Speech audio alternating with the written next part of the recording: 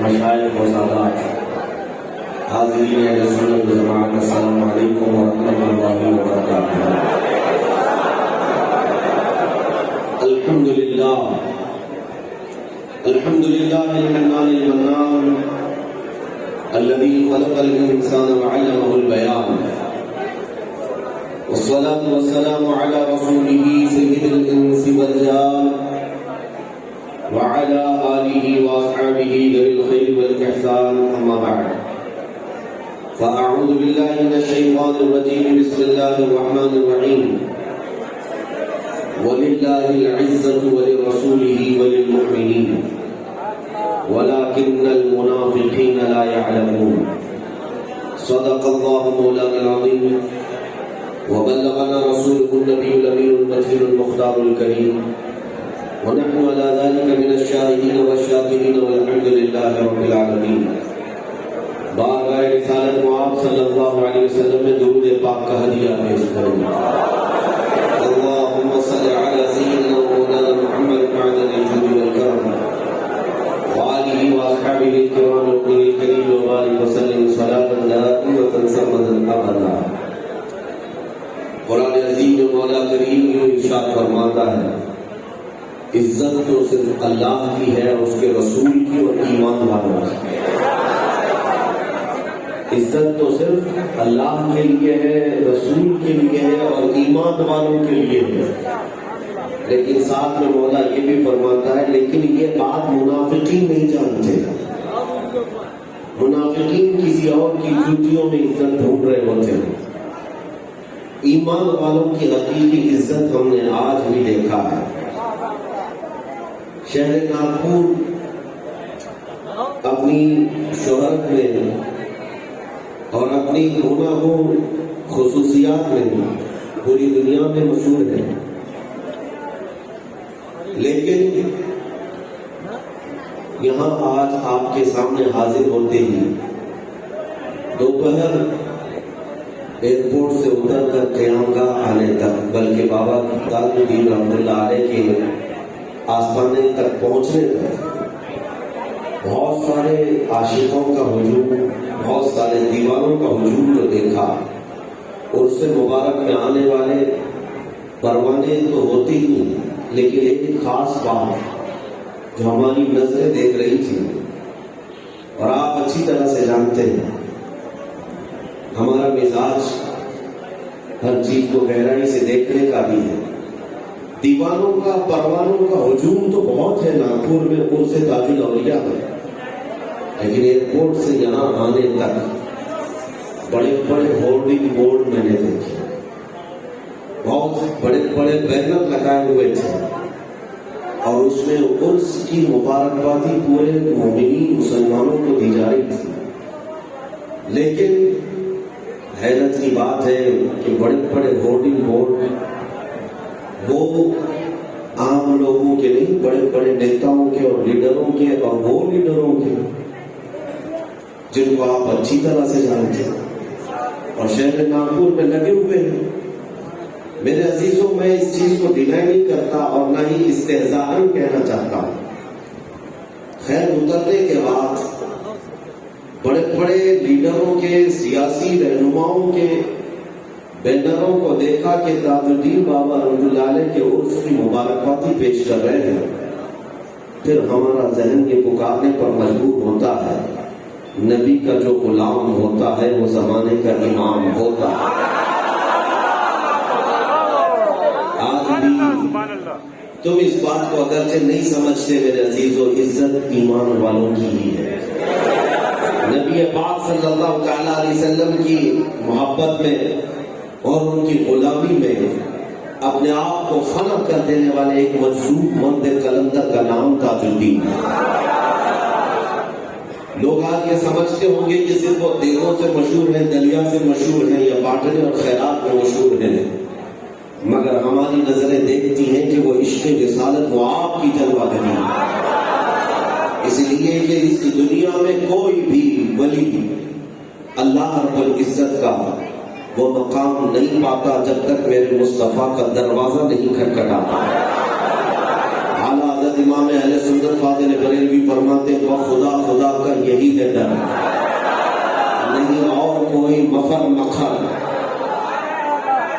اللہ تک پہنچنے کی اگر کوئی بات کرتا ہے، اور جو آج یہ سمجھتے ہیں کہ ہم صوفی ہیں، میں صوفیوں کا بڑا احترام کرتا ہوں، لیکن ہمارے نزدیک صوفی وہی ہے جو عاشق مصطفیٰ ہے۔ بہت سے باباؤں کو صوفی نہیں کہا جاتا، انہیں کوفی کہا جاتا ہے۔ نبی پاک صلی اللہ تعالیٰ علیہ وسلم کے عشق کو جو اپنے سینے میں جگہ دیتا ہے اور شمع جلاتا ہے، وہ حقیقی صوفی ہے۔ اور اعلیٰ حضرت فرماتے ہیں بخدا خدا کا یہی ہے ڈر۔ اللہ تک پہنچنے کی بات کرتے ہو تو دروازہ یہی ہے میرے مصطفیٰ، نہیں اور کوئی مفر مکر۔ مفر اور مکر کا مطلب جانتے ہیں؟ مفر کہتے ہیں بھاگنے کی جگہ، اور مکر کہتے ہیں ٹھہرنے کی جگہ۔ اگر رسول پاک کو چھوڑ دیا تو نہ بھاگنے کی جگہ نہ ٹھہرنے کی جگہ، نہیں اور کوئی مفر مکر۔ جو وہاں سے ہو یہی آنکھ ہو، جو یہاں نہیں تو پھر وہاں نہیں۔ اے میرے عزیزو، اس بات کو آج میں تمہارے سامنے ہے پورے طور پر اتار کر کے جانا چاہتا ہوں۔ کرامات، اولیاء کرام کی شہرتیں، ان کے آستانے سب ایک ہی راز میں پوشیدہ ہیں، چاہے وہ سرکار غریب نواز کا آستانہ ہو کہ قطب الاقطاب پیر پیروں غوث اعظم کا آستانہ ہو، یا دنیا بھر کی کسی قطب الارشاد کا آستانہ ہو، بلکہ مرد قلندر، مرد مجاہد حضور سیدی تاج الدین بابا رحمۃ اللہ علیہ کا آستانہ ہو، ان کی کرامتیں یا ان کی جو کشش ہے لوگوں کو اپنی طرف کھینچ لیتی ہے، میرے عزیزوں وہ کس وجہ سے ہے جانتے ہیں؟ ایک بات مثال کے ذریعے سے میں آپ کو سمجھا دیتا ہوں۔ مثنوی کے مصنف مولانا جلال الدین رومی رحمۃ اللہ علیہ فرماتے ہیں کہ لوگوں، کبھی تم نے دیکھا کہ پتھر کی دیوار جو بالکل سپاٹ ہو، چمکنے والی، دن کے اجالے میں جب سورج کی روشنی اس دیوار پر پڑتی ہے تو اس دیوار سے بھی چمک باہر آتی ہے؟ آپ نے دیکھا ہوگا۔ اس کو میں ایک اپنی مثال سے بتاتا ہوں۔ ہم گھڑی پہنے ہیں یا چھوٹا سا شیشے کا ٹکڑا لے کر کے ہم دن کے اجالے میں سورج کی طرف دکھائیں تو اس شیشے کے اوپر ایک روشنی پڑتی ہے۔ اب شیشہ جس طرف بھی گھمائیں گے وہ روشنی ادھر ادھر جاتی رہتی ہے۔ آپ نے دیکھا ہوگا بچپن میں ہم کھیلتے بھی تھے، چھوٹا سا شیشے کا ٹکڑا سورج کی روشنی سے چمک جاتا ہے اور جدھر آپ گھمائیں گے اجالا ادھر جاتا ہے۔ مولانا جلال الدین رومی فرماتے ہیں اس مثال کو دے کر کہ اے لوگوں، یہ مت سمجھنا کہ یہ روشنی جتنی بھی چمک رہی ہے یہ شیشے کی روشنی ہے، یہ روشنی حقیقت میں وہ آفتاب کی ہے، سورج کی ہے، جو اس شیشے پر ڈال رہا ہے۔ اور اس کے بعد پھر مولانا فرماتے ہیں دنیا کے جتنے اولیاء کاملین چمک رہے ہیں، حقیقت میں ان کے دلوں پر جو روشنی ہے وہ آفتاب رسالت کی روشنی، مصطفیٰ کریم صلی اللہ تعالیٰ علیہ وسلم کا نور جگمگاتا ہے ان کے قلب پر، پھر یہ جس طرح پہ رخ کرتے ہیں اجالا ہی اجالا ہوتا ہے، اور لوگوں کا کھچاؤ اور لوگوں کی کشش جو ان کی طرف ہے وہ اسی نور رسالت کی وجہ سے۔ اسی لیے آج اس شہر ناگپور میں تاج الدین بابا رحمۃ اللہ تعالیٰ علیہ کے آستانے پر ہر طرح سے لوگوں کا جو کھچاؤ ہے وہ بھی نور رسالت ہے۔ نبی پاک صلی اللہ تعالیٰ علیہ وسلم کی محبت جو ان کے قلبوں پر تھی وہ آج لوگوں کو اپنی طرف کھینچ رہی ہے۔ میں آج آپ سے بھی یہی کہنا چاہتا ہوں، میرا ایک جملہ یاد رکھیں، حضور پاک صلی اللہ تعالیٰ علیہ وسلم کی غلامی میں جو عزت ہے وہ دنیا کے کسی اور تاج میں عزت ہے نہیں۔ اسی لیے مرشد گرامی حضور تاج شریعہ رحمۃ اللہ علیہ فرماتے ہیں بلحوث سیم و زر کی بندگی اچھی نہیں۔ بلحوث کہتے ہیں خواہشات کا پجاری، آپ فرماتے ہیں بلحوث سیم و زر کی بندگی اچھی نہیں، ان کے در کی بھی اچھی سروری اچھی نہیں۔ اور ہم نے آج محسوس بھی کیا ہے، دیکھا بھی ہے، ہمارے نوجوان بچے آج بھی کہہ رہے تھے کہ ہمارے ہاں آنے والے وقت کے تخت پر بیٹھنے والے بہت سارے لوگ آتے ہیں، لیکن ہم علماءوں کو جو اللہ نے عزت دی ہے وہ بڑے بڑے تاجوں میں بھی نہیں دکھتی ہے۔ ہماری اپنی عزت کس وجہ سے ہے؟ نہ میرے بڑے خاندان کی وجہ سے، نہ بڑے باپ کی وجہ سے، نہ ہی کسی سیاسی پارٹیوں کی وجہ سے، بلکہ ہمیں آج جو عزت ملتی ہے وہ صرف اتنی ہے، یہ ناز یہ انداز ہمارے نہیں ہوتے، زمین میں اگر ٹکڑے تمہارے نہیں ہوتے، جب تک کہ مدینے سے اشارے نہیں ہوتے، روشن میری قسمت کے ستارے نہیں ہوتے۔ عزیزان گرامی، محسوس کرو اس بات کو، نبی پاک صلی اللہ تعالی علیہ وسلم کی وفا میں جو عزت ہے وہ کہیں اور نہیں ہے۔ تم پریکٹیکلی اس کو دیکھ سکتے ہو اپنی زندگی میں۔ یہ ممبر، یہ کرسیاں، یہ علماء و سادات کو جو اوپر بٹھایا گیا ہے، کس وجہ سے بٹھایا گیا ہے؟ ان کو اس ممبر پر کیوں رکھا گیا ہے؟ ہر بچہ یہ جانتا ہے کہ صرف نسبت رسول کی وجہ سے، میرے آقا صلی اللہ علیہ وسلم کی نسبت کی وجہ سے یہاں جو عزت ملی ہے، یہ ممبر ملا ہے، ہمیں کوئی وراثت میں ملا ہوا یہ ممبر نہیں ہے، نبی پاک صلی اللہ تعالیٰ علیہ وسلم کی بات میں ہے۔ اسی لیے میں آپ سے کہتا ہوں، نبی پاک صلی اللہ تعالیٰ علیہ وسلم سے وفا کرنا آج سیکھ جاؤ، اور پھر دیکھو ان کا جو نام لیتا ہے وہ ہر دل پر راج کرتا ہے، ہر دل پر راج کرتا ہے، اور ان سے جو ہٹاؤ پھر وہ ہر دل سے ہٹا۔ آج ہم نے بڑے بڑے طاغوتی طاقتوں کو دیکھا ہے، وہ ڈرے سہمے ہوئے ہیں، لیکن تمہیں اس بات کا اندازہ نہیں، تمہیں اس بات کا اندازہ نہیں، اللہ تعالیٰ نے تمہارا رعب کیا رکھا ہے وہ تمہیں خود اندازہ نہیں۔ صرف نسبت مصطفیٰ کی وجہ سے لاکھوں دلوں میں آج بھی تمہارا رعب ہے۔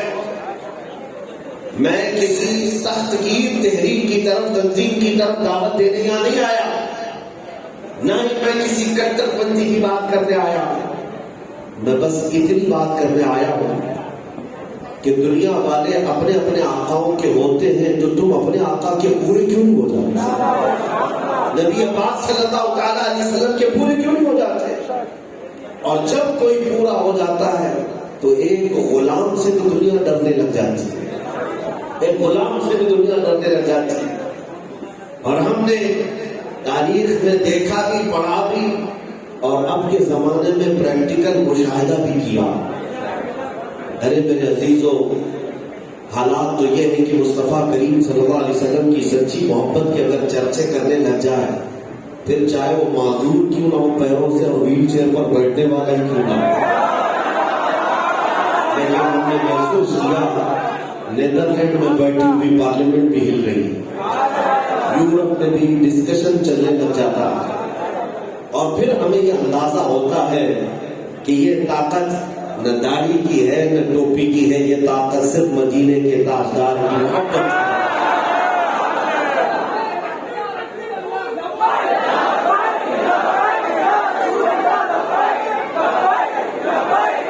ناظرین اجلاس نے بھی آپ کو اعلان کیا ہے کہ مجمع سے نعرے نہ لگائیں، وہ خود نعرے لگائیں گے، کیونکہ زمانہ بھی ایسا ہے کہ اب تمہارے نعروں سے بھی ڈر ہے۔ حضرت سی بات ہے، کیوں ایسے نعرے لگاتے ہو جس سے لوگ ڈرتے ہیں، تکلیف ہوتی ہے؟ سنجیدہ نعروں سے ہماری روایتیں رہی ہیں، اور اقبال نے جو کہا تھا وہ نعرے کی آج ضرورت۔ اقبال نے 100 سال پہلے کہا تھا، کفر دم توڑ دے گا ٹوٹی ہوئی شمشیر کے ساتھ، کفر دم توڑ دے گا ٹوٹی ہوئی شمشیر کے ساتھ، جب تم نکل آ جاؤ ایک بار نعرے تکبیر کے ساتھ۔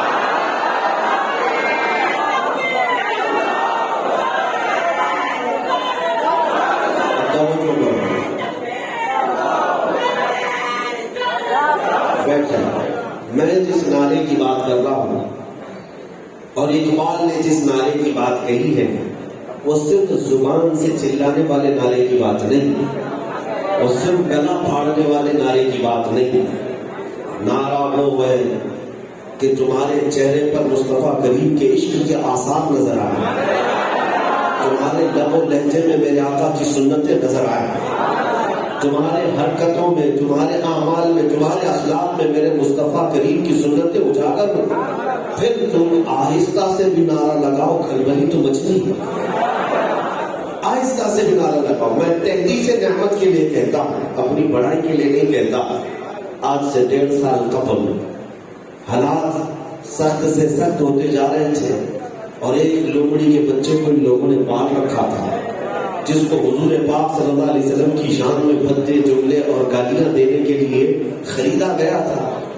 اور اس لومڑی کے بچے نے جب بار بار چیخنا چلانا شروع کیا، میں یہ نہیں کہتا کہ میں تنہا ہوں جیسے اعلان کرتے ہیں، ہندوستان کا کیا پوری دنیا بھر کا ہر بچہ میرے مصطفیٰ کے لیے وہی قدر رکھتا ہے۔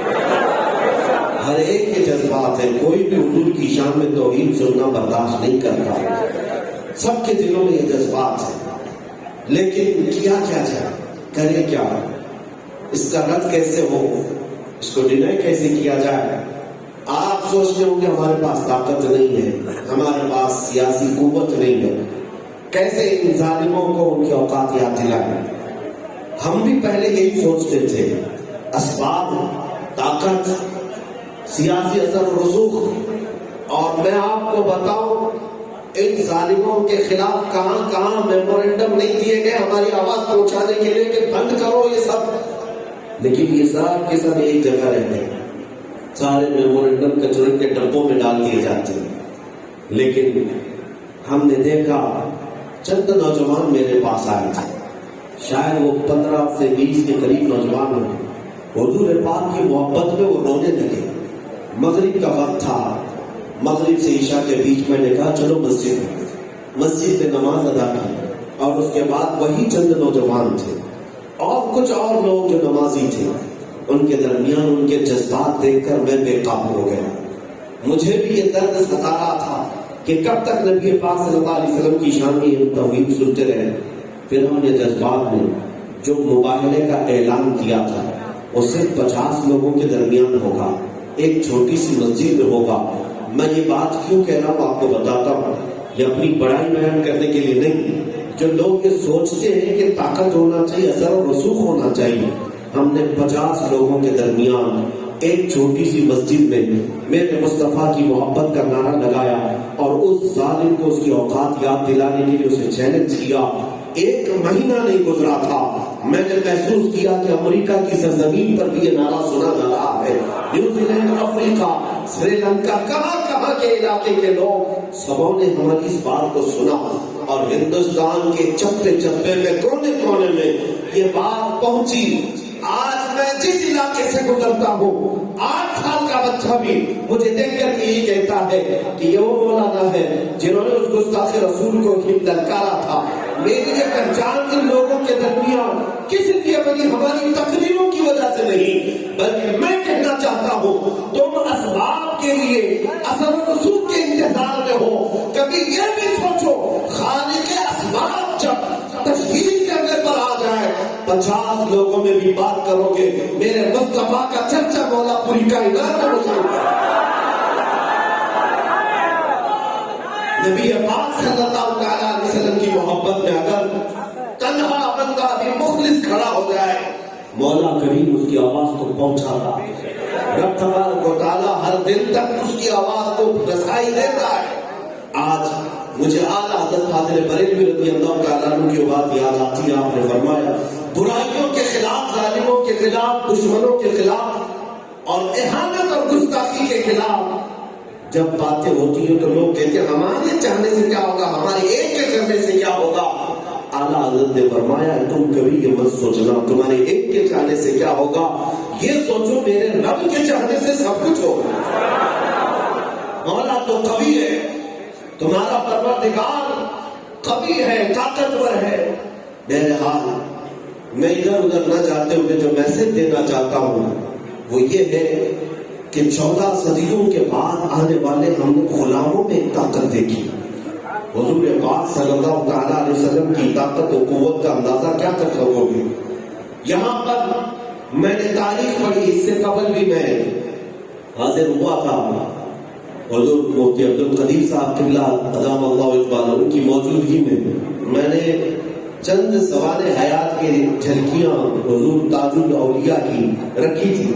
آج پھر میں آپ کے سامنے بتاتا ہوں، تو چند مثالیں دے کر کے عرض کرتا ہوں. میرا اپنا ٹاپک ہے، میرا اپنا عنوان ہے. چاہے تم کوئی بھی مجلس سجاؤ، ہم اپنی مجلس کو حضور کے تذکرے کے بغیر مکمل نہیں ہونے دیں گے. تو چاہے مجھے ولیمے میں بلاؤ، چاہے عقیقے میں بلاؤ، منگنی میں بلاؤ، شادی میں بلاؤ، ہمارا تذکرہ تو رسول پاک کا ہو. اور ہم یہ چاہتے ہیں کہ غلاموں کا تذکرہ حضور کے وہ بھی اس لیے کیا جاتا ہے کہ آقا کی محبت بڑھ جائے، حضور پاک صلی اللہ تعالی علیہ وسلم کی محبت تمہارے سینوں میں بڑھ جائے.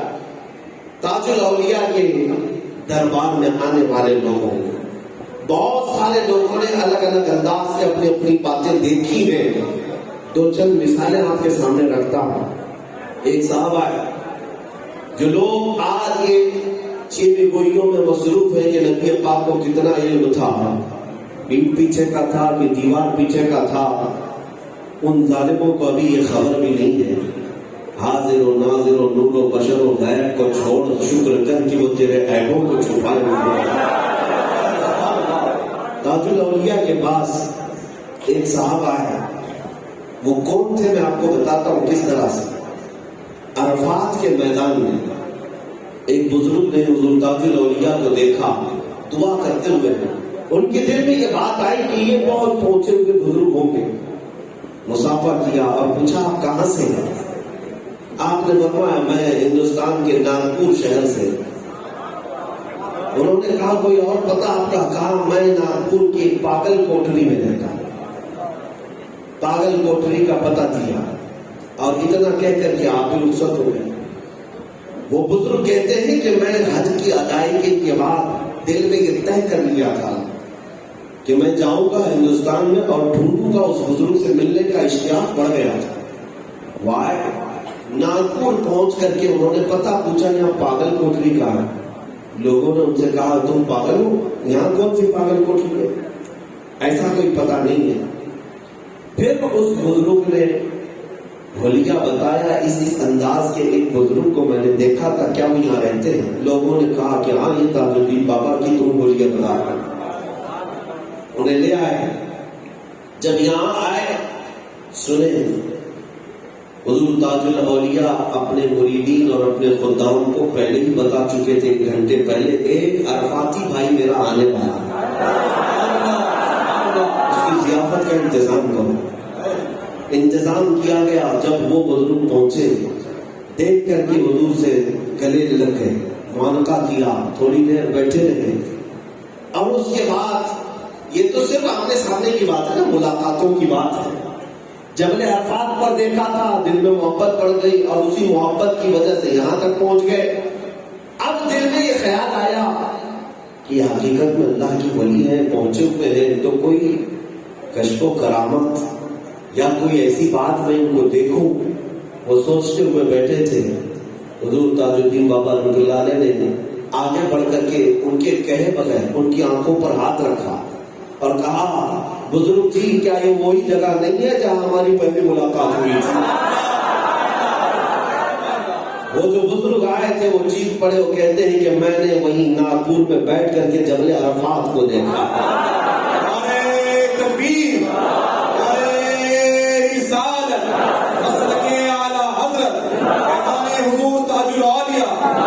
وہیں بیٹھے بیٹھے جبل عرفات میں وہ ہمیں پہنچا ہے اور کہا کیا یہ وہی جگہ نہیں جہاں ہماری پہلی ملاقات ہوئی تھی؟ اتنا کہنے کے بعد وہ اٹھ گئے، قدموں پہ گرے. میرے عزیزوں اب میں آپ کو بتانا چاہتا ہوں 14 صدیوں بعد آنے والا میرے نبی کا ایک غلام اور ہزاروں کلومیٹر دور سے آنے والے کے دل کے حالات بھی جانتا ہے اور سامنے بیٹھنے کے بعد وہ کیا سوچ رہا ہے یہ بھی جانتا ہے اور اسے کہاں تک پہنچانا یہ بھی جانتا ہے. تو پھر میرے مصطفیٰ کے قدموں کی برکت کیا ہے؟ نبی پاک صلی اللہ علیہ وسلم کی طاقت و قوت کا اندازہ کر سکتے ہو؟ ایک بار یہی تاج نگری میں آپ تانگے میں سفر کر رہے تھے، تانگے میں سفر کر رہے تھے. ایک صاحب جو روایت کرتا ہے وہ کہتے ہیں میں دوڑا دوڑا تانگے کے پیچھے چل رہا تھا. آپ نے کہا آ جاؤ ہمارے ساتھ سواری، بٹھا لیا۔ وہ صاحب کہتے ہیں کہ اچانک مجھے غشی سی طاری ہونے لگی اور میں نے دیکھا کہ ہمارا تانگا کندھار افغانستان میں پہنچا ہوا اور کئی لوگ وہاں پر بابا سے ملاقات بھی کرتے رہے۔ یہ عصر سے مغرب کے بیچ کا وقت ہے، عصر کے بعد آپ تانگا لے کر باہر نکلے۔ وہ صاحب کہتے ہیں میں کندھار کی سرزمین کو دیکھا، افغانی پٹھانوں سے ملاقات بھی کی، کچھ چیزیں بابا نے انہیں دے بھی دیا، کچھ ان سے لیا بھی، سب کی خیر خیریت پوچھی اور فلاں فلاں کا نام لیا۔ اس کے بعد کہا کہ چلو اب واپس جانا ہے۔ واپس آئے، مغرب کی اذان ہو رہی تھی اور ناگپور میں موجود تھے۔ میرے عزیزوں، میں یہ باتیں ہمیشہ اولیاء کرام کی کرامات کا ذکر کرتا ہوں تو میرا مقصد یہی ہوتا ہے کہ نبی پاک کے معجزات کا انکار کرنے والے اندھے دیکھو تو ذرا، جو پل بھر میں ناگپور سے افغان کا سفر کراتا ہو تو اس آقا کا حال کیا ہوگا جس کے قدموں کو جبرائیل موسیٰ دیتے ہو، پل بھر میں ساتوں آسمانوں کا سفر نہیں کر سکتا۔ نبی پاک صلی اللہ علیہ وسلم کے غلاموں کا یہ حال ہے کہ جب وہ چاہیں اپنے غلاموں کو پوری دنیا کی سیر کرائیں۔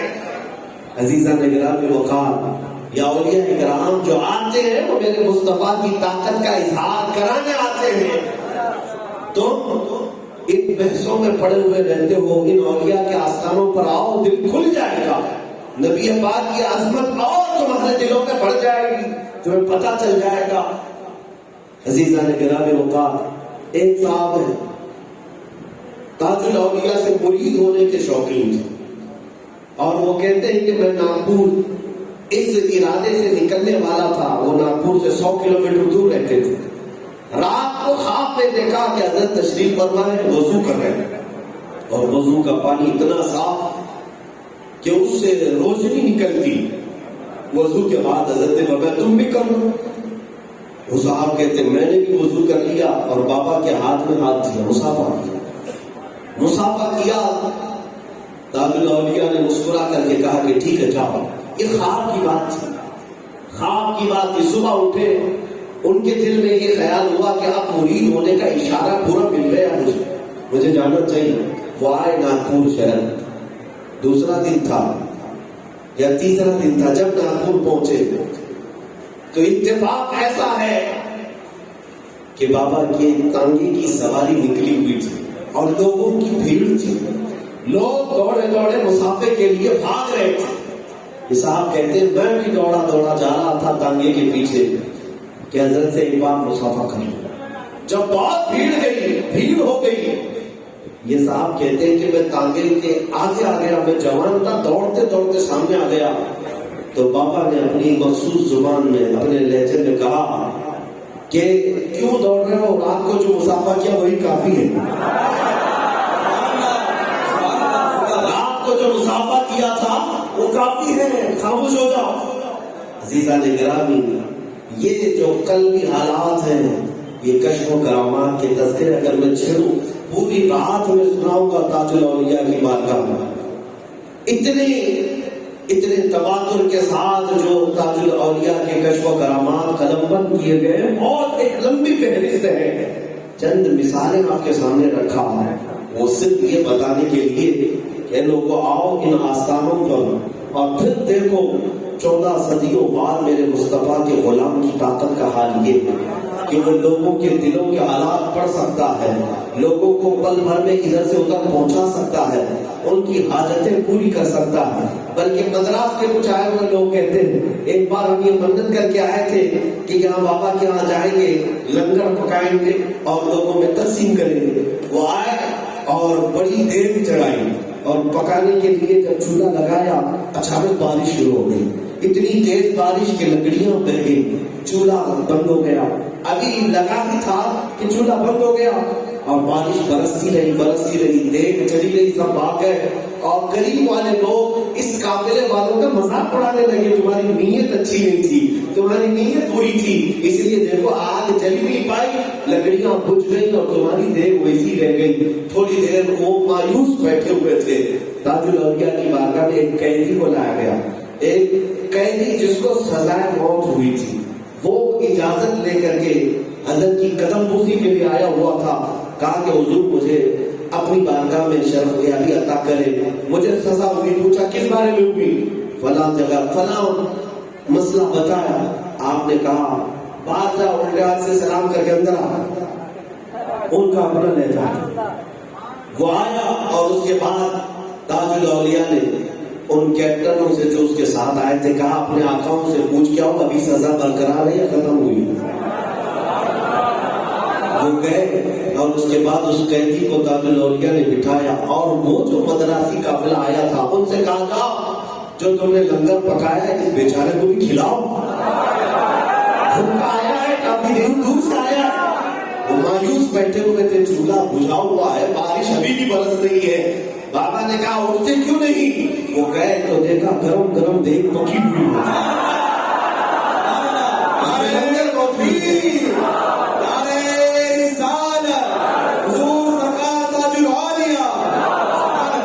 میرے عزیزوں, اس قافلے والوں کی مایوسی کو بھی دور کیا. وہ کہتے ہم خوب سیر ہو کر کھائے اور جتنے لوگ وہاں موجود تھے سب کو کھلایا, اس قیدی کو بھی کھلایا اور وہ لنگر کھایا تھا کہ وہ کیپٹن آیا اور کہا سزائے موت ٹل چکی. ہم ان آستانوں میں کیوں آتے ہیں میرے عزیزوں؟ اسی لیے کہ مولا ہم پر آئی ہوئی آفتوں کو ٹال دے, مصیبتوں کو دور کر دے. یہی تو ہمارا بھی نظریہ ہوتا ہے. اب آؤ میرے عزیزوں, ان کو یہ ولایت, ان کو یہ تخت و تاج, ان کو یہ جو کرامات ملی ہے کس وجہ سے ملتی ہے؟ یہ کون سی باتیں کیا کرتے تھے جس کی وجہ سے اللہ تعالیٰ ان کو یہ مقام عطا کرتا ہے؟ اعلیٰ حضرت فاضل بریلوی رضی اللہ تعالیٰ عنہ نے اپنی تعلیمات میں یہ لکھا, مولا کریم جب اپنی ولایت کا تاج کسی کو پہناتا ہے تو وہ مصطفیٰ کی محبت کی وجہ سے. قل ان کنتم تحبون اللہ فاتبعونی یحببکم اللہ. قرآن میں اللہ فرماتا ہے اگر تم چاہتے ہو کہ اللہ کے محبوب بن جاؤ تو میرے نبی کے پیچھے چلو, میں خود تم سے محبت کروں. اور اس آیت کا ترجمہ اگر اشعار کے انداز میں سننا ہے تو شاعر مشرق کی زبان میں یوں سنو کہ محمد سے وفا کرنا تو ہم تیرے دے ہیں, یہ جان چیز ہے کیا لوح و قلم تیرے. کائنات کا ہر ذرہ تمہاری غلامی کے لیے لگا دیا جائے گا, بس شرط صرف اتنی ہے کہ نبی پاک کی غلامی میں سچے ہو جاؤ. آپ کو پتا ہے آج لوگ یہ ڈرے سہمے ہوئے جو موجود ہیں ان کا ڈر میں نکالنا چاہتا ہوں. حالات کا رونا ہوتے ایسا ہو جائے گا ویسا ہو جائے گا, کچھ نہیں ہوگا. یہ کائنات میرے آقا صلی اللہ علیہ وسلم کے لیے سجائی گئی ہے. جب تک مولا کریم نہیں چاہے گا ہمارا بال بیکا بھی نہیں ہوگا, کچھ نہیں ہونا ہے. اسلام کے متعلق, مسلمانوں کے متعلق جو پروپیگنڈے آج پھیلائے جا رہے ہیں یہ نئے نہیں ہیں میرے عزیزوں. کربلا کی داستانیں 1400 سال سے سنے آ رہے ہو. ہر دور میں یزیدی فتنے اٹھتے رہے, ہر دور میں شبیر جنم لیتے بھی رہے. آپ کو یہ پتہ نہیں ہوگا بغداد کو ایسے تاخت و تاراج کیا گیا تھا کہ پورے بغداد میں خون بہایا گیا تھا, اتنا کہ گھوڑے کی ٹانگ پورے مسلمانوں کے خون سے لال ہوتے تھے. اور لوگوں نے یہ سوچ لیا تھا مرکز اسلام تھا بغداد, اس کو توڑ دو سب ختم ہو جائے گا. لیکن کیا چنگیز نے اسلام کو ختم کر لیا؟ کیا ہلاکو نے اسلام کو ختم کر لیا؟ کیا یزید نے اسلام کو ختم کر لیا؟ کوئی ایسا ظالم و جابر جس نے تاریخ میں اپنے ظلم کی داستان بھی کی ہے کیا اسلام کو ختم کر چکے؟ جب تمہیں تاریخ معلوم ہے ان بڑے بڑے ظالموں نے اسلام کے اس پودے کا کچھ نہیں بگاڑا تو 5 سال کی نشری حکومتوں سے خوف ہراس میں رہنے کی ضرورت نہیں, کسی طرح کے ڈر کی ضرورت نہیں. ہم یہ کہتے ہیں اسلام تیری نفس نہ ڈوبے گی حشر تک, اسلام تیری نفس نہ ڈوبے گی حشر تک, تیری رگوں میں رواں خون ہے 4 یار کا. آپ کیوں ڈرے ہوئے ہو, آپ کیوں خوف میں؟ بس میں ایک بات ضرور کہنا چاہوں گا, کوئی غلط قدم مت اٹھاؤ. تم اللہ کے بندے ہو, رسول کی امت ہو. میرے آقا صلی اللہ علیہ وسلم سے نسبت اگر ہے تو کیا یہ جرم ہے تمہارا؟ کیا یہ جرم ہے؟ اس بات سے ڈرتے ہو؟ بلکہ ہونا یہ چاہیے. دنیا والے یہ دکھاتے ہیں ڈیزائن کر کر کے اپنے جسموں پر کہ ہم فلاں کے فین ہیں, ہم فلاں کے فالوور ہیں. ایک فلم کیا دیکھے گی, اس کے طرز طریقے کو اپنا لیا, بالوں میں ڈیزائن کر لیا، کپڑوں میں ڈیزائن کر لیا، اور وہ اظہار کر کے بتاتے ہیں ہم فلاں کے فین ہیں۔ اے غلاموں، تم کیوں اظہار نہیں کرتے کہ تم آمینہ کے لال کے فین ہیں؟ تمہیں کس بات کا ڈر ہے؟ کیا تم ٹوپی چھپا کر کے لوگوں کو راضی کرنا چاہتے ہو؟ داڑھی چھلا کر کے یہ سوچتے ہو کہ لوگ مجھ سے راضی ہو جائیں گے؟ ہرگز یہ تم سے راضی نہیں ہوں گے۔ ایک بات یاد رکھو، دنیا کی رضا کے لیے تم اپنے آپ کو بدلتے رہ جاؤ گے، پھر بھی یہ تم سے کبھی نہیں راضی ہوں گے۔ ہم نے ان لوگوں کو بھی دیکھا ہے جو 40 سال سے بچارے کسی پارٹی میں اور کسی نیتا کی جوتیاں اٹھانے میں اپنی زندگی صرف کر چکے، لیکن آج وہ حاشیہ بردار ہیں، آج ان کو کنارے پر پھینک دیا گیا ہے، اس لیے کہ یہ ایسی لیلا ہے جو روز شوہر بدلتی ہے۔ کاش تم اپنا ہاتھ مدینے کے تاجدار کے پاس دیے ہوتے، وہ ایسا غیرت مند رسول ہے، دنیا میں بھی تنہا نہیں چھوڑتا، قبر میں بھی تنہا نہیں چھوڑتا۔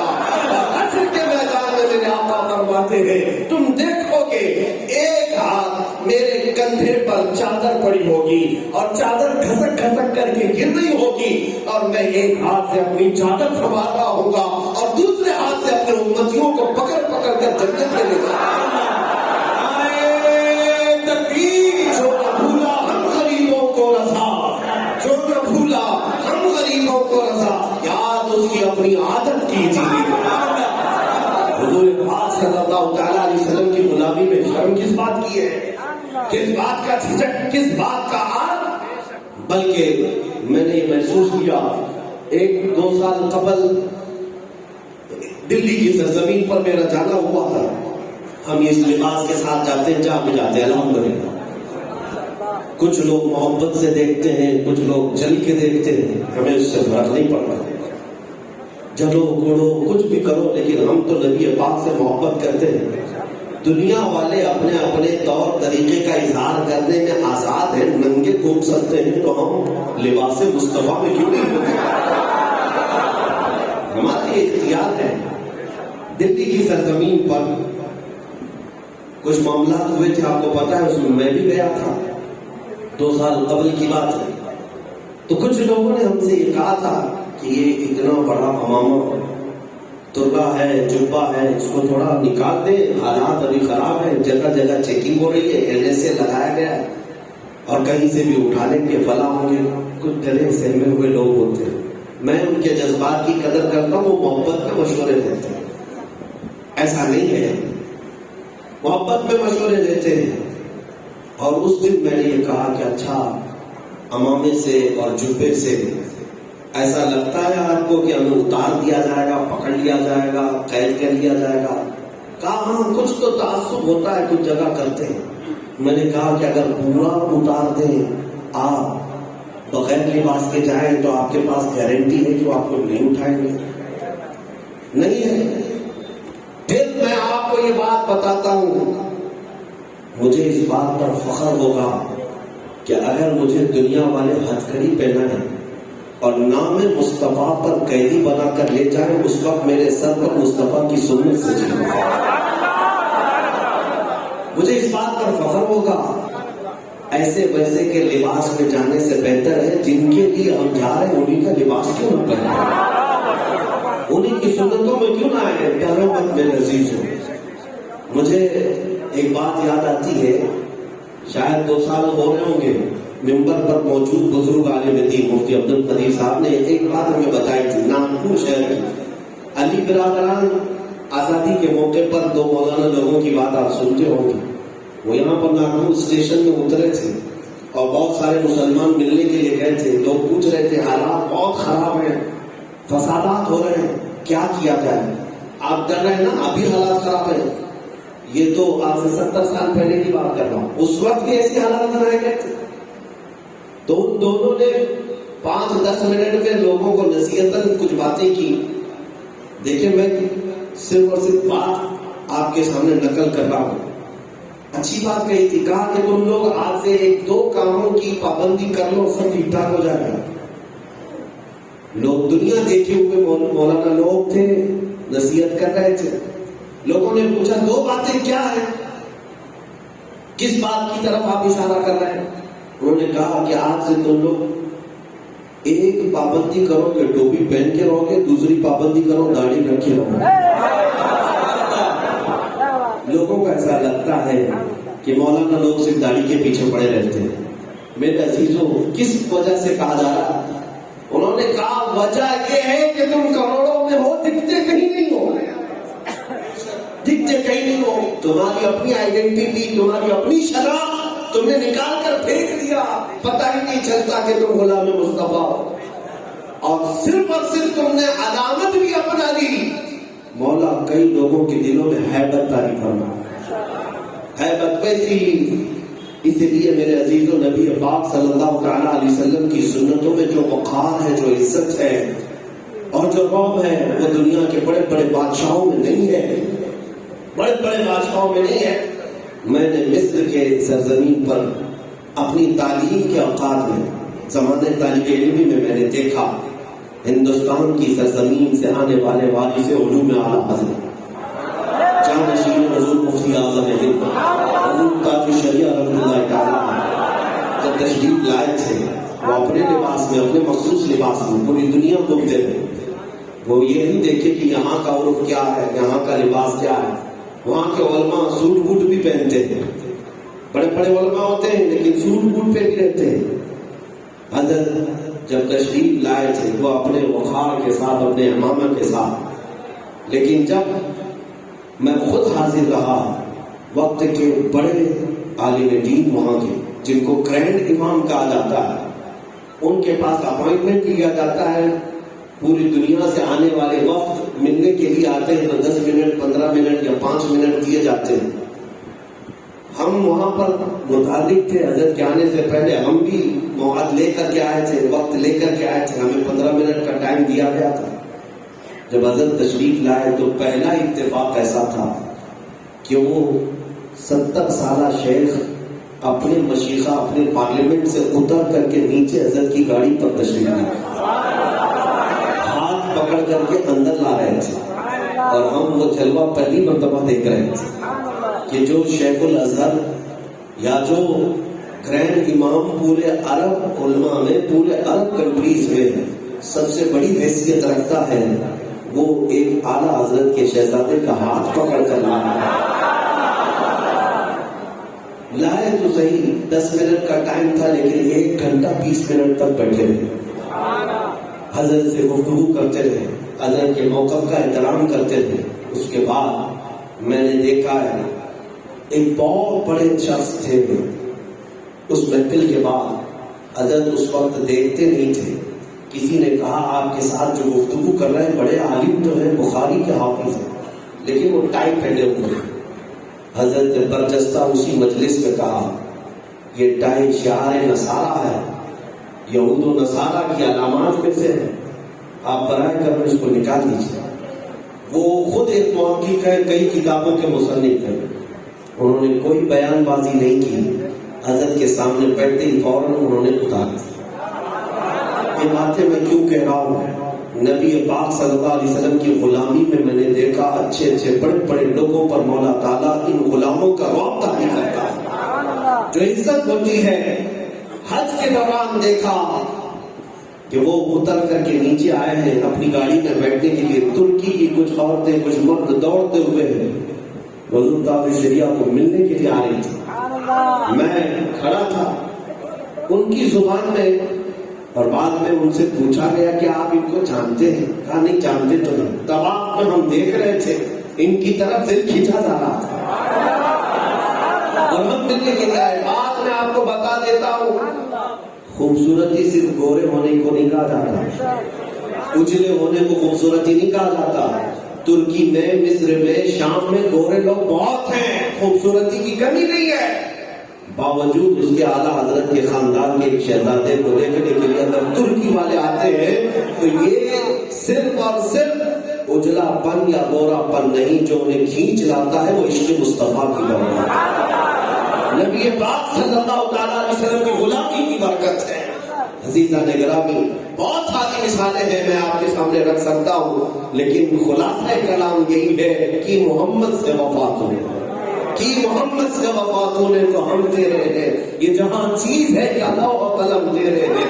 اب حالات کی طرف میں آتے ہوئے چند باتیں آپ کے سامنے رکھتا ہوں. کچھ بچے نوجوان پریشان اور کہتے یہ کیوں ہو رہا ہے یہ سب گستاخیاں ہو رہی ہیں. اس طرح روز بروز کوئی نہ کوئی فتنہ کھڑا کیا جاتا ہے. میں آپ کو بتاتا ہوں یہ ظالم دنیا تمہارے سے مقابلے کی طاقت کبھی نہیں رکھتی, کبھی ہمت نہیں ہوئی, کبھی سکت نہیں ہوئی. اس کی ایک مثال اگر دیکھنا ہے تو کربلا کے میدان میں ایک ہاشمی شہزادہ آتا تھا تو لڑنے کے لیے 100 یزیدی کتے آتے تھے. 100 لوگوں سے تنہا ہاشمی شیر مقابلہ کرتا رہا. ہر زمانے میں اللہ تعالیٰ نے ایمان والوں کا رعب رکھا ہے, مصطفیٰ کریم کے غلاموں کو طاقت سے نوازا ہے, عزت سے نوازا ہے, لیکن یہ کبھی آمنا سامنا اور مقابلہ کرنے کی سکت نہ رکھتے تھے. اس کے بعد ان لوگوں نے جو حربہ اپنایا وہ کیا تھا میں آپ کو بتاتا ہوں. اس پوری دنیا میں ایک بہت بڑی ہلچل مچانے والے کا نام ہے صلاح الدین ایوبی. آپ کو پتا ہوگا صرف ہمارے درمیان نہیں, یورپ ہو, اٹلی ہو, ڈنمارک ہو, امریکہ ہو, UK ہو, سب جگہ پر صلاح الدین ایوبی کو پڑھا بھی جاتا ہے اور ان کے اوپر لکھنے والی کتابیں مصنفین انگریز مورخین. میں انگریزوں کی لکھی ہوئی کتاب سے حوالہ دے کر آپ کو کہتا ہوں صلاح الدین ایوبی ایک ایسے سپہ سالار اسلام کا نام ہے جس کا ڈے آج یورپ میں منایا جاتا ہے, صلاح الدین ڈے. اور ایک وقت تھا, میں نے اپنے بزرگوں سے سنا کہ اس زمانے کی بہت ساری عورتیں, یہودی عورتیں بچوں کو رات میں سلاتی تھی, یہ کہہ کر سو جا بیٹا صلاح الدین آ جائے. کیوں؟ صلاح الدین ایوبی کون؟ کیا وہ کاجو بادام کھا کر کے بہت باڈی بنایا ہوا تھا کہ لوگوں کو ڈراتا تھا, طاقت و قوت کا مالک تھا؟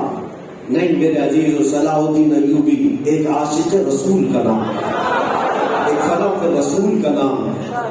صلاح الدین کے ساتھ ایک معاملہ ایسا بھی آیا تھا, یہ ایک انگریز مورخ لکھتا ہے کہ پوری صلیبی طاقتیں سب جمع ہو گئی تھی یورپ کی اور 4 لاکھ کی تعداد میں میدان میں اتر رہے تھے. اس وقت صلاح الدین کا حال یہ تھا سوائے 12,000 کی فوج کے کچھ نہیں تھا. مائنارٹی میجورٹی کا رونے والے یہ بات ضرور سنیں, صلاح الدین کے پاس 12,000 کے علاوہ کچھ نہیں تھا اور اس وقت 4 لاکھ لوگ مقابلے کے لیے اترے. صلاح الدین اپنی فوج سے پوچھتا ہے, اپنے جنرلوں سے اور اپنے قائدین سے میٹنگ کر کے پوچھتا ہے کیا خیال ہے تمہارا, اس مقابلے میں ہم اتریں گے؟ دیکھ لو, سوچ لو, سمجھ لو, بہت بھاری تعداد میں صلیبی طاقتیں اتری ہیں. تو سارے لوگوں نے ایک زبان جو جواب دیا تھا اپنے سپہ سالار کو, تاریخ میں وہ رقم کہاں ہے صلاح الدین ایوبی, کیا رسول اللہ صلی اللہ علیہ وسلم کے صحابہ کبھی تعداد دیکھا کرتے تھے؟ اگر وہ دیکھا کرتے تو ہم بھی دیکھیں گے, اگر وہ نہیں دیکھتے تو ہم بھی نہیں دیکھیں گے. صحابہ رسول اللہ کے جو غلام تھے کیا وہ تعداد دیکھ کر کے اترتے تھے؟ صلاح الدین نے کہا نہیں, میرے مصطفیٰ کریم کے غلام کبھی یہ دنیا کی طاقتوں کو نہیں دیکھتے, بلکہ مکہ سے نکالے گئے تھے, ان کے گھر ان کی جائیدادیں چھین لی گئی تھی اور پیوند لگے کپڑے پہنتے تھے میرے آقا کے غلام جب مدینے جا رہے تھے, لیکن ان کی زبانوں پر ایک بات یہ چل رہی تھی جس کو دیکھ کر مکہ والے ہضم نہیں کر پا رہے تھے. وہ کیا تھی بات؟ جب مکہ سے ہجرت کر کے وہ صحابہ گئے تھے, سورہ روم اتر رہی ہے قرآن میں جس میں کہا جا رہا ہے عنقریب تم کیسر و کسریٰ پر قابض ہوں گے. اور یہ صحابہ قرآن پر ایسا یقین رکھتے اور کہتے کہ وہ وقت آئے گا کہ ہم ایران کی سپر پاور طاقت کو دھول چاٹنے پر مجبور کریں. لوگ کہتے تھے یہ پھٹے کپڑے والے گھروں سے نکالے ہوئے, ان کے پاس اپنا وطن نہیں اور یہ سپر پاور سے ٹکرانے کی بات کرتے ہیں. لیکن حضرت عمر کا زمانہ آنے سے پہلے پہلے ان ظالموں نے دیکھ لیا کہ کسریٰ بھی ٹوٹ گیا, قیصر بھی ٹوٹ گیا اور ساری سپر پاور طاقتیں میرے مصطفیٰ کے غلاموں کے قدموں میں آ کر رہتی ہیں. نبی پاک صلی اللہ علیہ وسلم کی غلامی میں جو وقار ہے, جو عزت ہے, تمہیں پتا ہے. میں صلاح الدین کی بات پر آتا ہوں, لیکن ایک بات یہ بھی میں بتا دیتا ہوں, اے میرے عزیزوں, ہم نے کبھی بھی تاریخ میں اپنے اسلاف کو یہ نہیں دیکھا کہ بڑی بڑی کرسیاں, بڑی بڑی طاقتیں ہی جنہیں عروج بخش کیے. نہیں, میرے مصطفیٰ کی سچی غلامی, حضور پاک سے وفا, تمہیں ہر جگہ کامیاب رکھتی ہے. اس عمر فاروق کی تربت پر کروڑوں سلام. جب کسرا بادشاہ کے دربار سے لایا ہوا مال غنیمت مدینے میں پہنچایا گیا تھا امیر المومنین کے پاس، اس مال غنیمت میں ایک قالین آیا تھا. کسرا بادشاہ کی کرسی جس پر رکھی جاتی تھی وہ دنیا کا سب سے مہنگا قالین تھا. اگر کوئی اس قالین پر بیٹھ جاتا تو دنیا میں فخر کرتا تھا. وہ قالین بھی مال غنیمت میں مدینہ پہنچا. صحابہ نے امیر المومنین کے پاس پہنچایا کہ اس قالین کو کہاں بچھائیں. عمر ابن خطاب رضی اللہ تعالیٰ عنہ نے اس قالین کا کیا کیا؟ محراب میں بچھا دے، منبر پر لگا دے. نہیں، فرمایا مسجد نبوی کے دروازے کے باہر رکھے، ہر کوئی اپنے پیر پوچھے اور اندر آئے تاکہ دنیا کو پتہ چلے دنیا جن قالینوں پر بیٹھ کر فخر کرتی ہے وہ محمد عربی کے غلاموں کی دھول میں ہوا.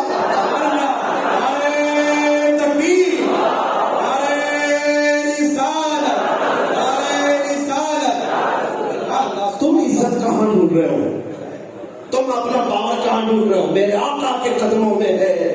قرآن کہتا ہے وَلِلَّهِ الْعِزَّةُ وَلِرَسُولِهِ. صلاح الدین 12,000 کی فوج کے ساتھ اترا اور انگریز مورخ لکھتا ہے ہم نے تاریخ میں پہلی مرتبہ ایسی جنگ دیکھی کہ ان 12,000 نے 4 لاکھ کے چیخے اڑا دیے. سب ٹکڑوں میں بدل گئے، کوئی مقابلے کے لیے کھڑا نہ ہو سکا. اب میں آتا ہوں اصل بات کی طرف. جب دنیا نے یہ دیکھا کہ یہ فاقہ کش موت سے ڈرنا نہیں ذرا، روح محمدی اس کے بدن سے نکالا. ان لوگوں نے یہی فیصلہ کیا یہ فاقہ کش ہیں، بھوکے رہتے لیکن موت سے ڈرتے نہیں.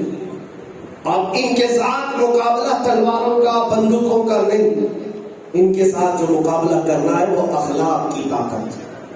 ان کو زیر کر دو، روح محمدی ان کے جسموں سے نکال دو. اور کیا کیا گیا؟ فرسٹ ٹائم دنیا میں صلاح الدین ایوبی کی فوج میں ایک برائی دیکھی گئی. آپ کو شکایت کیا کچھ لوگوں نے کہ آپ کے ہونہار فوجی رات کے وقت کچھ تصویریں دیکھتے، کچھ تصویریں آپ نے کھوج لگائی کہ کیا دیکھتے ہیں ڈھونڈ کر. تو کچھ نوجوان سپاہیوں کے ہاتھوں میں عورتوں کی تصویریں آئی جو شہوت کو پورا کرنے کے لیے. یہ تصویریں یہود و نصارہ نے اس فوج تک پہنچائی. پہلے صرف عام عورتوں کی تھی، پھر اس کے بعد آدھے لباس میں پھر ننگی تصویریں پہنچائی. یہ بنیاد رکھی گئی تھی فوج کو توڑنے کے لیے کہ ان کو شہوت پرست بنا دیا جائے. ان کی آنکھوں میں جو جمال مصطفیٰ کا خمار ہے وہ نکال دیا جائے. ان کو دنیا کے حسن پر فریفتہ کر دیا جائے، ان کی آنکھیں آوارہ کی جائے. اور یہ بنیاد رکھی گئی تھی. اور اس سازش کا آج نتیجہ یہ ہے کہ دنیا میں وہ بیج جو انہوں نے بویا تھا آج وہ ایک بہت بڑے درخت کی شکل میں، پورنوگرافی کی شکل میں موجود ہے. یہ پورنوگرافی کیا ہے؟ گندی فلمیں، گندی اوریاں تصویریں تمہارے آج ہر موبائل تک پہنچا دی جاتی ہیں تاکہ تم تنہائی میں اپنی آنکھوں کو بے حیا کر لو، اخلاق کا قتل کر لو. تمہاری آنکھیں میرے مصطفیٰ کو دیکھنے کی طلب ہی نہ رکھیں، تم اسی میں مصروف ہو جاؤ اور دنیا اس میں کامیاب ہوتی ہے. 2020 میں لاک ڈاؤن کے ٹائم پر میں نے ایک رپورٹ دیکھی. جو انٹرنیٹ پر سرچ کرنے والے لوگ ہوتے ہیں 25 سے 30 سال تک کے لوگ یا 18 سے 25 سال کی ایوریج کے جو نوجوان، انہوں نے جو سرچ کیا تھا سرچ رپورٹ میں 90% سرچ صرف پورنوگرافی ہے، صرف گندی تصویریں سرچ کی گئی ہیں، صرف اور صرف بے حیا فلمیں دیکھی گئی. تمہیں پتا ہے ہالی ووڈ، بالی ووڈ، کارٹون دنیا سے زیادہ کمائی یہ گندی فلموں کے اندر رکھی گئی ہے. یہ بہت بڑی لابی ہے، بہت بڑی انڈسٹری ہے. یہ آج میں بات کیوں کہہ رہا ہوں میرے عزیزوں؟ آتا ہوں اسی بات کی طرف. یہ بیج بو کر دیکھ چکے، اب یہ درخت بن چکا، ہر ایک کے گھر میں پہنچا دیا، ہر ایک کے ہاتھ میں پہنچا دیا. ہر نوجوان اپنے آپ کو بچانا آج بہت مشکل سمجھ رہا ہے، بہت مشکل دورہ ہے. سچ بات کہوں، افیون، کوکین، ہیروئن جو نشہ کی چیزیں ہیں یہ چھوٹ سکتی ہے، انٹرنیٹ کا نشہ چھوٹنا بہت مشکل ہے. اس کو ایڈکٹ بنا دیا گیا نوجوانوں کو. ہزاروں بچے صرف پبجی میں ہلاک ہوئے. ان کو ایڈکٹ بنا گیا. نشہ جیسا ہوتا ہے، اور آپ کو ایسا لگ رہا ہوگا یہ نشہ کیسے ہو سکتا ہے. ایک ہی دن بند کر کے دیکھو تمہارے ہاتھ پیر کانپنے لگیں گے. اب بند کر کے دیکھ لینا پریکٹیکلی. میں نے دیکھا ہے، لوگوں پر ایکسپیریمنٹ کیا ہے، اس لیے بتا رہا ہوں. صبح سے شام تک فیس بک نہیں دیکھا، واٹس ایپ نہیں دیکھا، انسٹاگرام نہیں دیکھا، یہ بے چین ہونے لگ جاتا ہے. کھانے کی طرف توجہ نہیں، لیکن یہ دیکھنے کی طرف توجہ زیادہ ہے. اسے ماں باپ پکارتے رہتے ہیں، اس کا کوئی احساس نہیں، لیکن وہ پہلے اپنے آئے ہوئے میسیجز کو دیکھے گا، چیک کرے گا.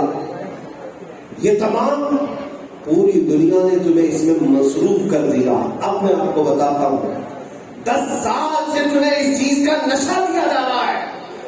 اب نشہ کو آزمانے کا وقت آ گیا. بات سمجھ رہے قریب. جن نوجوانوں نے مجھ سے سوال کیا تھا یہ حالات کیوں ایسے بنے، میں ان کا جواب دے رہا ہوں. 10 سال سے تمہیں نشہ خور بنا دیا گیا. نشہ اور یہ چیزوں میں ملوث کر کے رکھا گیا. ہوتا ایسا ہے کہ ایک ڈاکٹر کسی کو اگر سن کرنا چاہے، گولی دے گا، انجیکشن دے گا، چیک کیسے کرے گا سن ہوا ہے کہ نہیں؟ سوئی لگا کر یا چونٹی کاٹ کر کے یا کینچی لگا کر کے دیکھے گا.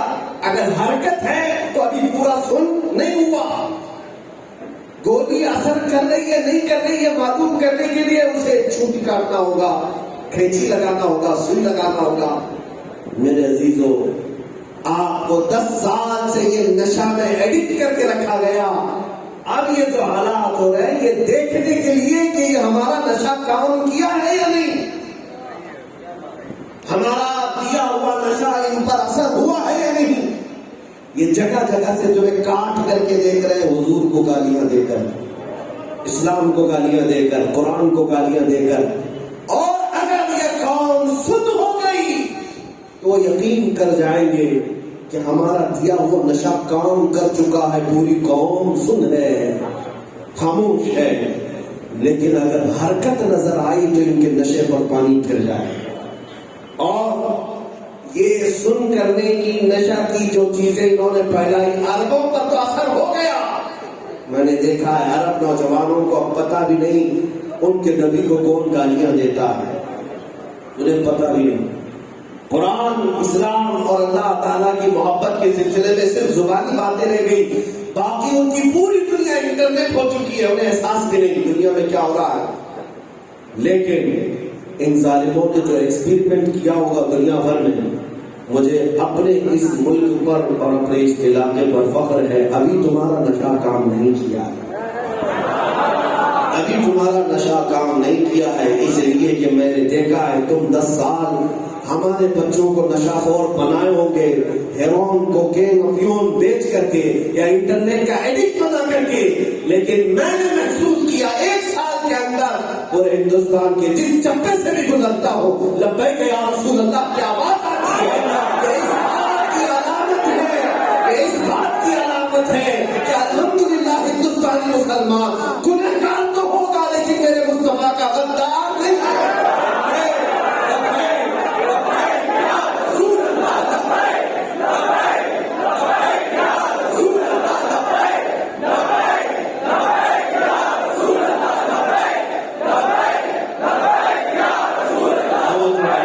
میرے عزیزوں، نبی پاک صلی اللہ علیہ وسلم کی محبت کی روح نکالنے کے لیے پچھلے 100 سال سے محنت کی جا رہی ہے. بس تمہارا اتنا سا کام کرنا کہ اگر میرے مصطفیٰ کریم کا نام آ گیا تو ہر چیز چھوڑ جاؤ اور کھڑے ہو جاؤ. پھر دنیا کو دیکھنا وہ 100 سال محنت کرے، 500 سال محنت کرے، سب دھرا کا دھرا رہ جائے گا. ایک یہودی ربی بہت بڑا عالم ہے، PhD کیا ہوا ہے، اور اس نے یہ بات لکھی ہے کہ ہم نے مسلمانوں کا بغداد تباہ کیا، طرابلس تباہ کیا، لیبیا کو ختم کر دیا، مراکش ختم ہوا اور غرناطہ ٹوٹ گیا. کہاں کہاں ہم نے فسادات سب کر کے دیکھ لیے. ان کو چلا وطن کیا، ان کے بچوں کو مارا، ان کے گھروں کو نکالا، ان کی حکومتیں چھینی، سب ہو گیا. لیکن پھر یہ جمع ہو جاتے ہیں، پھر یہ جمع ہوتے ہیں PhD میں اس نے جو ریسرچ کیا 20 سال ریسرچ کرنے کے بعد ایک سادہ لوگ مسلمان سے وہ اپنی بات کر رہا تھا. اس مسلمان نے پوچھا تمہاری ریسرچ آخر بتاتی ہے کہ پھر ان کو حالات توڑنے کے بعد کون جمع کرتا؟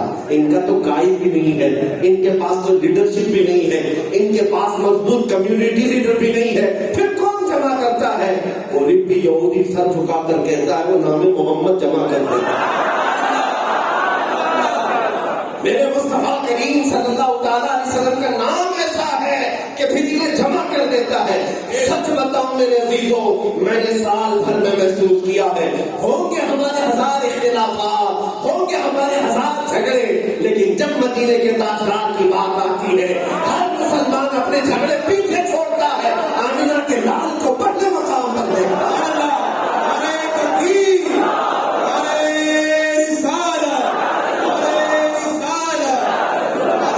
اسی لیے میں آج آپ سے کہتا ہوں, تم اگر اہل سنت و جماعت میں پیران نظام سے وابستہ ہو اچھی بات ہے, تصوف کے مشرب کے جو بھی آپ وابستگی رکھتے ہیں, ایک بات یاد رکھنا, آپ رضوی بات میں ہیں, اشرفی بات میں ہیں, برکاتی بات میں ہیں, نظامی بات میں ہیں, سارے سلاسل کی نسبتیں بات میں ہیں. پہلی نسبت جو تمہارے ساتھ ہے وہ گنبد خضرا کی نسبت,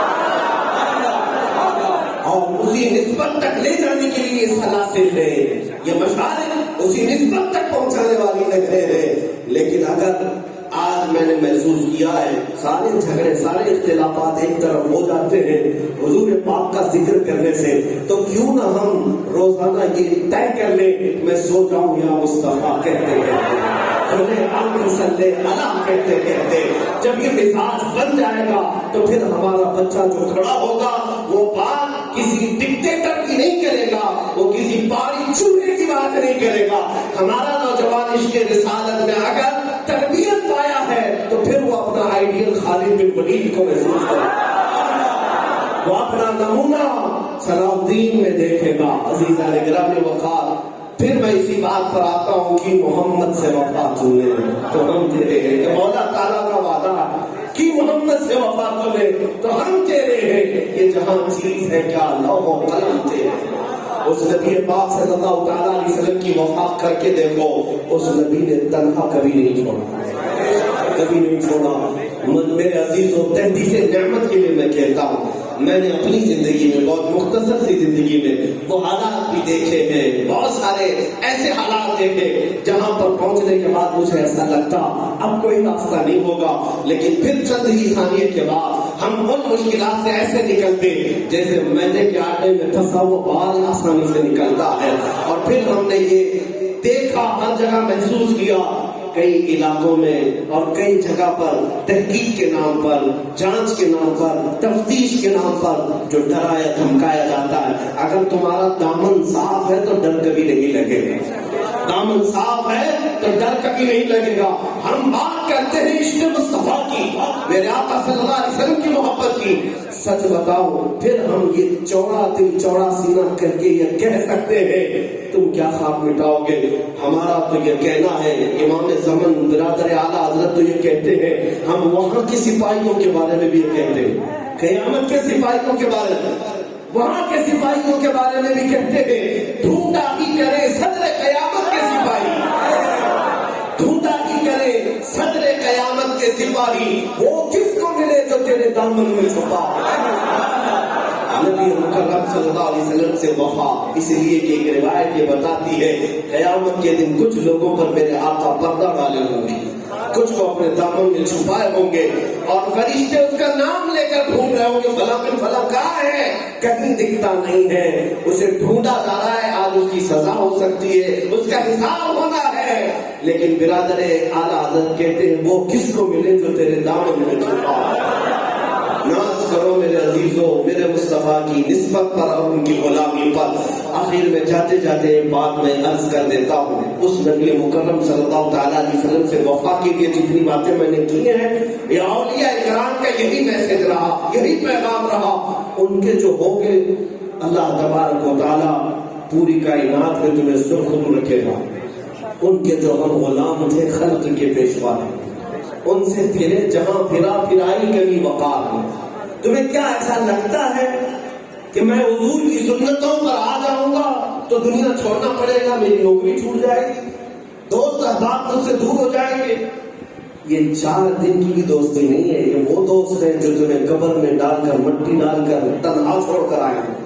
تم پکارتے رہ جاؤ گے کہ 1 گھنٹہ میری قبر پر کوئی بیٹھ جائے، ان میں سے کوئی بیٹھنے کو تیار نہیں ہوگا، تمہارا عزیز بھائی بھی، تمہارا باپ بھی، تمہارا بیٹا بھی۔ لیکن تمہیں پتا ہے قبر کی تختیاں بند ہونے کے بعد ایک ذات آتی ہے میرے مصطفیٰ، وہ روشنیاں اجالے لے کر کے آتے ہیں اور تمہاری گھبراہٹ کو دور کرتے ہیں۔ اسی لیے میں کہتا ہوں قبر میں جب تمہیں مصطفیٰ کریم کی روشنی کی حاجت ہے، اور قیامت کے دن تمہیں پتا ہے، حدیث سنا ہوگا نا، آدم علیہ السلام سے لے کر عیسیٰ علیہ السلام تک مخلوق گھومتی رہے گی، سارے نبی کیا کہیں گے؟ اذهبوا الی غیری۔ اس بھرے مجمع کے اندر اگر کوئی کہتا ہے میں تمہاری سفارش کروں گا، وہ میرا آقا و مولا۔ یہ حدیث سنا کہ نہیں سنا؟ جب تمہیں قبر میں اس نبی کی حاجت ہے، روشنی کی حاجت ہے، اور حشر میں بھی اس نبی کی سفارش اور شفاعت کی حاجت ہے، تو پھر بریلی کے امام کو کیوں نہیں سنتے جو پیغام دے کر گیا، آج لے ان کی پناہ، آج مدد مانگ ان سے، آج لے ان کی پناہ، آج مدد مانگ ان سے، کل نہ مانے گے قیامت میں اگر مان گیا۔ اور اسی وجہ سے ہم فخر بھی اس بات پر کہتے ہیں، انہیں جانا، انہیں مانا، نہ رکھا غیر سے کام، للہ الحمد میں دنیا سے مسلمان گیا۔ عزیزان گرامی، میں یہ وعدے کے ساتھ کہتا ہوں، ہم نے جو تاریخ میں پڑھا بھی ہے، دیکھا بھی ہے، اور اپنی زندگیوں میں دیکھا، اس نبی پاک سے تنہائی میں محبت کرنے والا مجموعوں میں بھی سرشار رہتا ہے۔ اللہ کے حبیب صلی اللہ علیہ وسلم اس کو کس مقام پر پہنچاتے ہیں، ایک تاریخی بات کے ذریعے سے بات گفتگو کو میں اپنے سمیٹتا ہوں۔ حضرت ابو اللیث سمرقندی اپنی ایک روایت میں لکھتے ہیں، مکہ مکرمہ کا ایک ایسا شخص جس کا انتقال ہو گیا، اس کا ایک ہی بیٹا تھا، باپ کے انتقال کے بعد غضب ہو گیا کہ اس کا چہرہ جانور کی طرح ہو گیا، مرتے ہی جانور کی طرح ہو گیا چہرہ۔ بیٹا گھبرا گیا، دروازہ بند کر دیا، گھر کی عورتوں کو بتایا کیا ہو گیا، غضب ہو گیا، باپ کا چہرہ جانور کی طرح، آپ لوگوں کو میت دکھائیں گے کیسے، اٹھائیں گے کیسے؟ پورے زمانے میں ہماری رسوائی ہوگی، فلاں کا باپ مرا تو جانور کا بن گیا چہرہ، کیا کہیں گے؟ دروازہ بند کر کے اخیر میں یہ طے کیا، گھر کے اندر گڑا کھودتے نہیں دفن کرتے اپنے باپ کو۔ اس بات پر سب اتفاق کر رہے تھے گھر والے، اور نوجوان بیٹا رو رہا تھا، کیوں ہو گیا میرے باپ کے ساتھ ایسا؟ یاد رکھو میرے عزیزوں، مرنے کے بعد کسی کے اختیار میں نہیں ہے کہ تم اپنا چہرہ گورا رکھو گے کہ کالا رکھو، یہ تو مرضی مولا پر ہے۔ لوگ کہتے ہیں آسان ہے، لیکن یہ اتنا آسان نہیں۔ مسکراتے ہوئے جانا، دنیا سے مسکراتے ہوئے جانا اور کھلکھلاتے چہرے کی طرح ساتھ جانا آسان نہیں۔ ہاں بس اس کے لیے آسان ہے جو اپنی نزا کے وقت میرے مصطفیٰ کا دیدار کرتا، وہ مسکراتے جائے۔ اب اس باپ کا کیا ہوا؟ نوجوان بیٹا روتا ہوا بیٹھا تھا، اچانک گھر کا دروازہ کھلا، جو کباڑ بند کیا گیا تھا کھل گیا، اور ایک بزرگ گھر کے اندر آئے جن کے چہرے پر چادر پڑی ہوئی تھی۔ وہ سیدھے میت کے پاس آئے، چادر ہٹایا، چہرے پر ہاتھ پھیرا، اور اس کے بعد اٹھ کر کے اس نوجوان کی طرف آئے، پوچھا کیا ہوا، کیوں رو رہے ہو؟ اس نوجوان نے کہا آپ کون ہیں، کیسے آئے میرے گھر پر؟ دیکھتے نہیں میرے باپ کا چہرہ بدل گیا، موت کے بعد بھیانک ہو گیا، جانور کی طرح دکھ رہا ہے، لوگوں کو کیسے دکھاؤں، میں اسی غم میں مبتلا ہوں۔ آنے والے بزرگ نے کہا جا دیکھ تو صحیح تیرے باپ کے چہرے کو کچھ تو نہیں ہوا۔ وہ کھڑا ہوا، جا کر چادر ہٹائی تو دیکھا وہ تو چاند کی طرح چمک رہا ہے، چہرہ خوبصورت ہے۔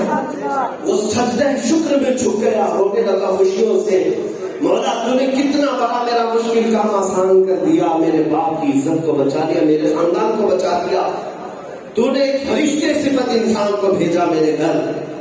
اتنی دیر میں وہ بزرگ گھر سے روانہ ہو رہے تھے، دروازے تک پہنچے تھے، دوڑتا ہوا آیا، ان کو پکڑ لیا، کہا کہ آپ کون ہیں؟ آپ اللہ کا کوئی فرشتہ ہے، میرے گھر مدد کے لیے آئے؟ وائے ہوئے بزرگ مڑتے اور کہتے انا محمد رسول اللہ صلی اللہ علیہ وسلم، میں محمد اللہ کا رسول ہوں۔ پھر نوجوان جھک گیا, رونے لگا, میرے آقا میرے گھر تشریف لائے, حضور تشریف لائے. رونے لگا, کہا میرے باپ کے ساتھ ایسا کیوں ہو گیا میرے آقا؟ حضور فرماتے ہیں چپ ہو جا, تیرے باپ کا ایک گناہ ایسا تھا جس سے مولا ناراض تھا, رب تعالیٰ کی ناراضگی تھی, اور جیسے منا مولا نے اپنے غضب کا اظہار کیا, چہرہ بدل گیا تیرے باپ کا, لیکن ایک اچھائی تیرے باپ کی تھی. وہی میرے بتانے کا مقصود ہے, وہی میرے بتانے کا مقصود ہے. میرے آقا فرماتے ہیں تیرے باپ کی ایک ادا یہ تھی کہ تیرا باپ رات کو بستر پہ اس وقت تک نہیں سوتا تھا جب تک 100 بار مجھ پہ درود نہیں پڑا. تیرے باپ کی عادت تھی. اب تیرے باپ کا گناہ کیا تھا وہ میں تجھے نہیں بتاؤں گا, یہ راز ہی ہے, اللہ اور بندے کے درمیان راز ہے. لیکن تیرے باپ کی اچھائی جو تھی وہ میں نے بتا دیا. جو فرشتہ تیرے باپ کا درود مجھ تک پہنچاتا تھا, اس فرشتے نے آ کر مجھے خبر دی کہ میرے آقا غضب ہو گیا, جس کا روزانہ درود میں لاتا تھا مولا اس سے ناراض ہے کسی گناہ کی وجہ سے, اور اس کا چہرہ مولا نے بدل دیا. یا رسول اللہ, آپ پر درود پڑھنے والا اگر اس دنیا سے شرمندہ جائے تو دنیا تانا دے گی غلامان مصطفیٰ. میرے آقا فرماتے ہیں میں چل کر تیرے گھر آیا, تیرے باپ کا چہرہ بدلا تو تھا, میں نے تیرے باپ کے چہرے پر ہاتھ رکھ کر مولا سے عرض کی, اے مولا اگر یہ چہرہ سلامت نہیں رہا تو دنیا میرے غلاموں کو تانا دے گی. مولا کریم نے فرمایا محبوب اپنا ہاتھ اٹھاؤ, ہم اس غلام کے چہرے کو چاند سے زیادہ روشن کرتے ہیں. مولا نے میری سفارش پر تیرے باپ کے چہرے کو چاند کی طرح رونق بخشی ہے. اے میرے غلام, اے میرے عزیزوں, غلامان مصطفیٰ, میں نے یہ بات کیوں عرض کی ہے؟ جو نہ بھولا ان غریبوں کو رضا, یاد اس کی عادت اپنی عادت کیجیے. تم یہ سمجھتے ہو ان سے وفا کرنے کا صلہ کیا ملے گا, ان سے محبت کرنے کا نتیجہ کیا ملے گا؟ قسم رب ذوالجلال کی, جب ساری دنیا تمہیں چھوڑ دے, آمنہ کا لال تمہاری دستگیری کے لیے تیار ہے, میرے مصطفیٰ تمہاری حمایت کے لیے تیار ہے. وقت کا عظیم عبقری امام مجدد وقت یوں ہی نہیں پکارتا تھا, بے ہنر و بے تمیز کس کو ہوئے ہیں عظیم, ایک تمہارے سوا تم پہ کروڑوں درود کر کے تمہارے گناہ مانگے تمہاری پناہ, تم کہو دامن میں آ, تم پہ کروڑوں درود کرتے نکمے کمی مہنگے کے کوڑی کے دین, کون ہمیں پالتا, تم پہ کروڑوں درود, خلق کے حاکم ہو تم, رزق کے قاسم ہو تم, جو ملا تم سے ملا, تم پہ کروڑوں درود. یہ یوں ہی بریلی کے امام نے نہیں کہا تھا. دنیا جب تان و تشریح کرتی ہے, تنہا چھوڑتی ہے, تو میرے مصطفیٰ کی مدد صاف ہمیں نظر آتی ہے, صاف نظر آتی ہے. اس لیے میرا یہ میسج ہے, میری تقریر کا خلاصہ میری تقریر اور گفتگو کا خلاصہ اگر میں 2 الفاظ میں کہوں تو یہ ہے, بے دام ہی بک جائیے بازار نبی, بے دام ہی بک جائیے بازار نبی. پوچھنا مت کہ کیا ملے گا, غلامی کروں گا, وفا کروں گا, ان سے آج میں محبت کا عہد کروں گا. مجھ سے یہ مت پوچھنا کہ کیا ملے گا, میرے عزیزوں مت پوچھو, بے دام ہی بک جائیے بازار نبی میں. اس شان کے سودے میں خسارے نہیں ہوتے, اس شان کے سودے میں خسارے نہیں ہوتے. مجھے کون جانتا تھا, مجھے کون پہچانتا تھا؟ آپ کے درمیان آج جو عزت مولا نے بخشی ہے, کیا یہ میری رشتے داری کی وجہ سے ہے؟ تمہارے ہاں میری کون سی رشتے داری ہے, تمہارے ہاں میری کون سی نسبت ہے؟ تم کو بھی یہ ماننا پڑے گا. اور میں بھی فخر کے طور پر یہ کہتا ہوں, جب تک بکے نہ تھے تو کوئی پوچھتا رہا, یا رسول اللہ تم نے خرید کر ہمیں انمول کر, تم نے خرید کر ہمیں انمول کر دیا. آ جاؤ اس دربار مصطفیٰ کی غلامی میں, اس لیے کہ اس شان کے سودے میں خسارے نہیں ہوتے. جس دن تمہارے دنیا سے جانے کا وقت آئے گا, شاید میرے یہ الفاظ تمہارے کانوں میں گونجیں گے. تم دیکھو کہ دنیا سے جانے کے وقت مصطفیٰ سے وفا کرنے والا کیسے جاتا ہے اور دغا کرنے والا کیسے جاتا ہے. ہم نے محبت مصطفیٰ میں جینے والے ایک عظیم مرد کلندر کو اپنی آنکھوں سے دیکھا, اس کے جنازے میں شرکت بھی کی ہے. بریلی کے تاجدار کا وہ شہزادہ تاج شریعہ 48 گھنٹے کے بعد جنازہ جانا تھا. میں خود جسم کو پکڑا ہوا موجود تھا اور جسم اس طرح ہلتا تھا جیسے کسی تر و تازہ جسم کے اندر رانائی ہوتی ہے. ہم نے اس دن محسوس کیا مصطفیٰ کریم کے غلاموں کا حال یہ ہے, وہ کائنات سے جاتے بھی ہیں تو ہزاروں دلوں کو عشق مصطفیٰ دے کر کے جاتے ہیں. اب پھر میں اس ظالم دنیا کو بھی یہ میسج دے کر کے جاؤں گا, میری باتوں پر اگر تم کوئی قدغن لگانا چاہتے ہو, لگام لگانا چاہتے ہو, پھانسی پہ چڑھانا چاہتے ہو, بہت بولتا ہے مار دیا جائے, بہت بولتا ہے قید کر دیا جائے, ہمیں اس بات کا خوف نہیں ہے, اس لیے کہ ہم جانتے ہیں اگر تم مار بھی دو گے نقصان اسلام کا نہیں ہوگا, کیونکہ ہمیں پتا ہے قتل حسین اصل میں